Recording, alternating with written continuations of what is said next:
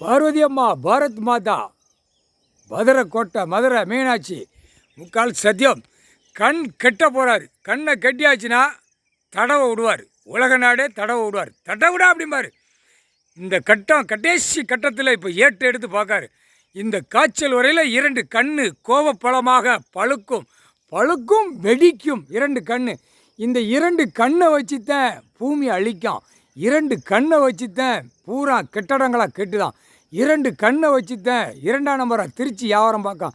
2 கண்ணை வச்சுத்தான் உலக நாடை ஓட்டு முத்திரை வாங்கி நாசம் பண்ணுதான். 2 கண்ணை வச்சு பேப்பரை அச்சடித்த பேப்பரை வச்சு நாசம் பண்ணுதான். அதை சீலை குத்திட்டார். அது மறைமுகமாக ஆயிரும். மறைமுகமாக ஆயிரும், எரிஞ்சு போகும். 2 கண்ணை வச்சு உலக நாடை அழிக்கும். 2 கண்ணை வச்சு சிவன் சொத்து பூமியை அழிக்கும். சிவன் பூமியை அழிக்கும். 2 கண்ணை வச்சு என்னென்ன கோயில்களை அசிங்கம் பண்ணணுமோ அத்தனை அசிங்கம் பண்ணி நாசம் பண்ணிட்டான், முடிச்சிட்டாரு. அதெல்லாம் முடிஞ்சு வச்சு இனிமேல் கோயில் எந்த கோயில் 3 மாதம் அந்த மாதம் இந்த மாதம் தாய் இந்தியா நாடு முழுவதும் பூட்டிடுவார். ஒரு கோயில் இராது. அடுத்தாப்புல நீதிமன்ற கோர்ட்டில் அந்த பேப்பர்களை பார்த்து நல்லபடியாக பூரா சேட்டை ஒன்று பூரா நல்லபடியாக கொடுக்காங்க. நீதிமன்ற கோர்ட்டில் ஜட்ஜி கோட்டார் பூரா நல்லபடியாக கொடுக்காங்க. ஏன்னா கண் பார்த்து தானே கொடுக்காங்க.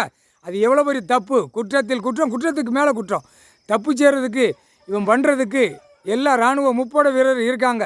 டக்குன்னு கொண்டு வா, உள்ளே இறக்கி அடி, தூக்கி போட்டு உள்ளே தூக்கி போடு, அப்படி கொடுத்துருந்தாலும் அது ஒரு நீதிமன்ற கோர்ட்டு ஒரு மதிப்பு.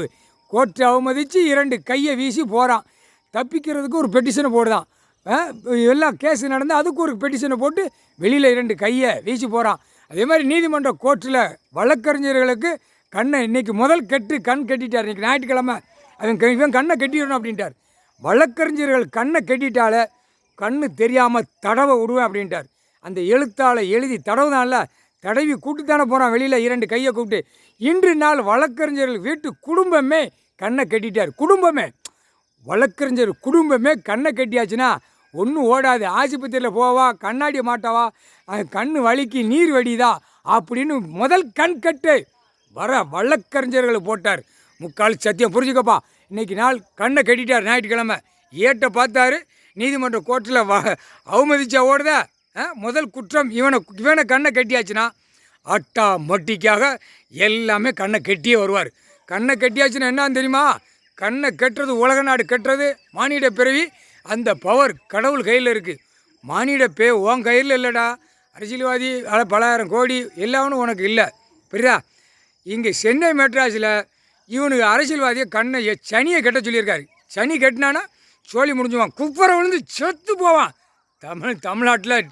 தமிழ்நாட்டில் சென்னை மெட்ராஸில் ஆடாச்சுதா இருறா கண்ணை கட்ட போட்டாரா.